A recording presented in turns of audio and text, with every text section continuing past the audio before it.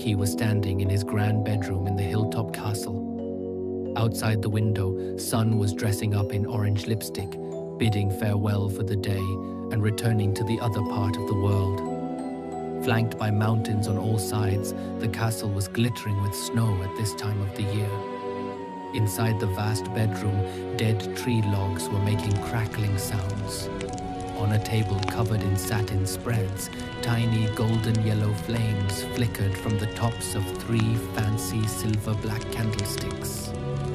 Up above on the ceiling, 2 chandeliers collected their light and spitted it throughout the room. Silhouettes of sparkles were dancing on the walls and on the floor, on a patch near the bed's foot, and one where the bookshelf stood.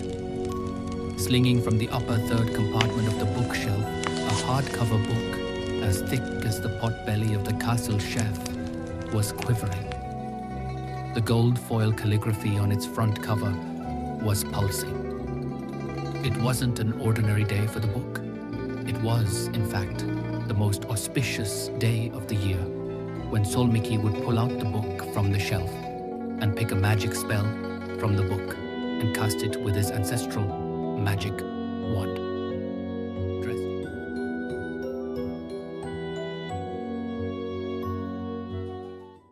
For the villagers, townspeople, and residents of the kingdom, this was the last hope. At the onset of twilight, 7 planets would come together in a rare alignment, and Solmiki would recite the magic spell and free the kingdom from an ancient curse that jinxed it to remain in an eternal winter.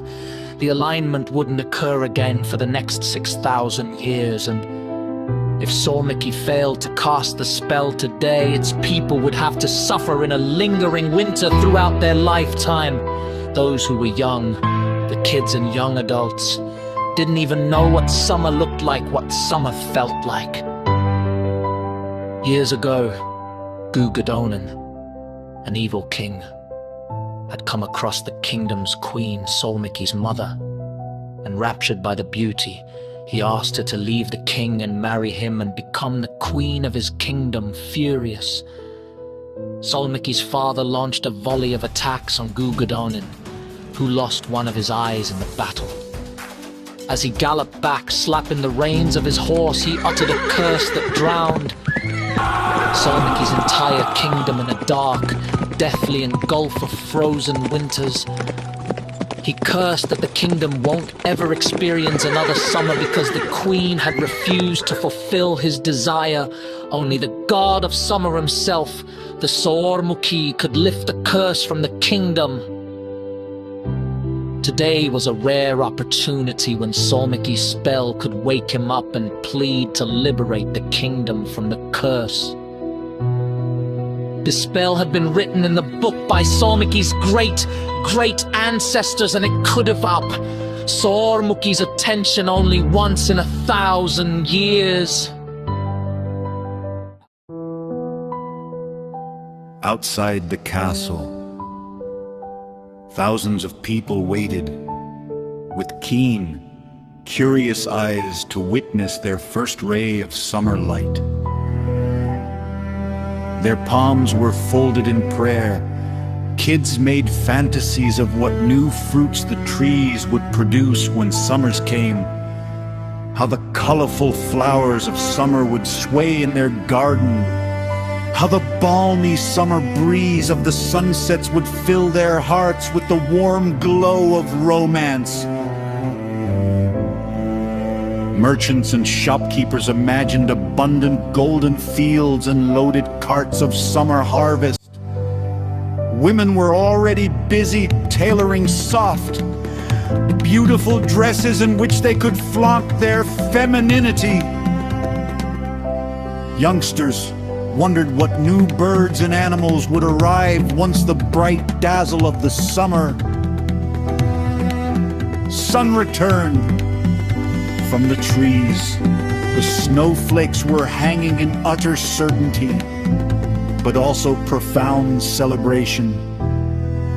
Inside the castle, Solmiki was beginning the rituals in the sky. The winter sun dipped below the horizon.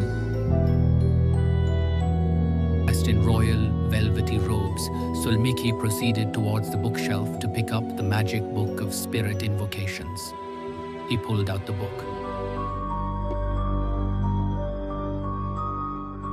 Habradu beda damisi shuba shuba shuba dimritan hata nashtu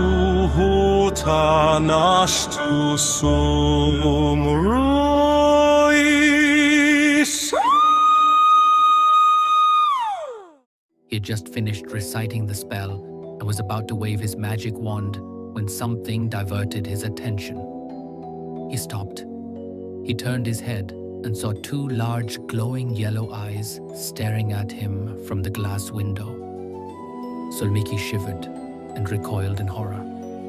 One moment was already gone.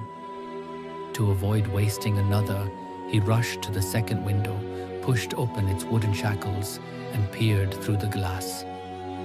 A gigantic purple arm reached out to him from an open slit in the glass and started tickling the hair on his head with its pointy, hair-covered, claw-like fingers. Sulmiki fainted and collapsed on the floor. His scream was so nimble that it wouldn't even have reached the servant in the adjoining room, let alone his guards. Outside the castle, the monster untethered the castle from the mountain of ice, towed it on his back, and proceeded to take it to the land where his master Gugudonin was waiting. For years Gugudonin had his eyes set on Sulmiki's magic powers and his kingdom. Wrath burned in his veins at the refusal he experienced, and revenge dripped from his one-eyed face. After waiting for 4,082 years, he had decided to abduct the entire castle and imprison Sulmiki in his utterly shadowy Blue Blabu kingdom, so his magic powers would now work for him rather than against him.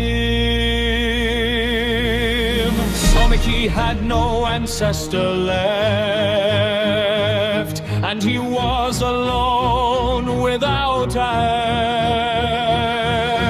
This was a delicious opportunity for Gugudonin to avenge his humiliation. Gugudonin trapped Sulmiki in shackles and fetched one of his monsters and sent it to find the magic book and destroy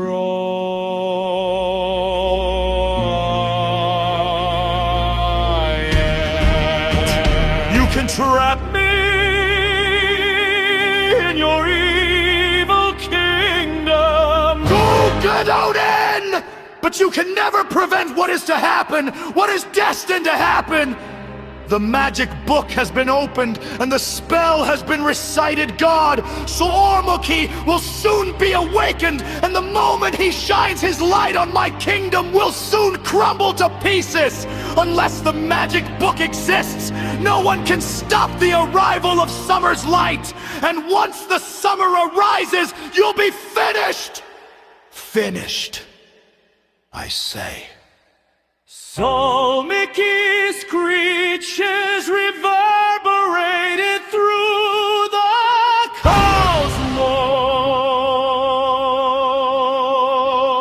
cosmos. In his own kingdom, the mountains shuddered.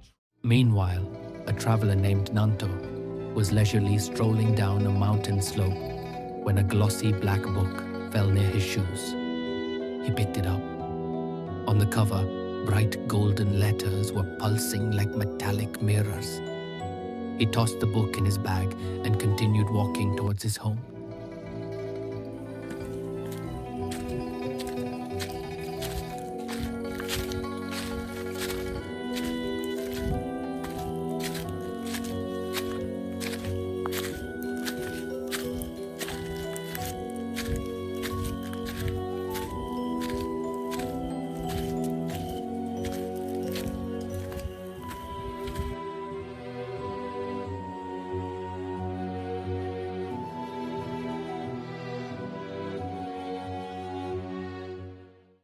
No matter how many barriers you put in the way, when a curse is destined to be lifted, it will.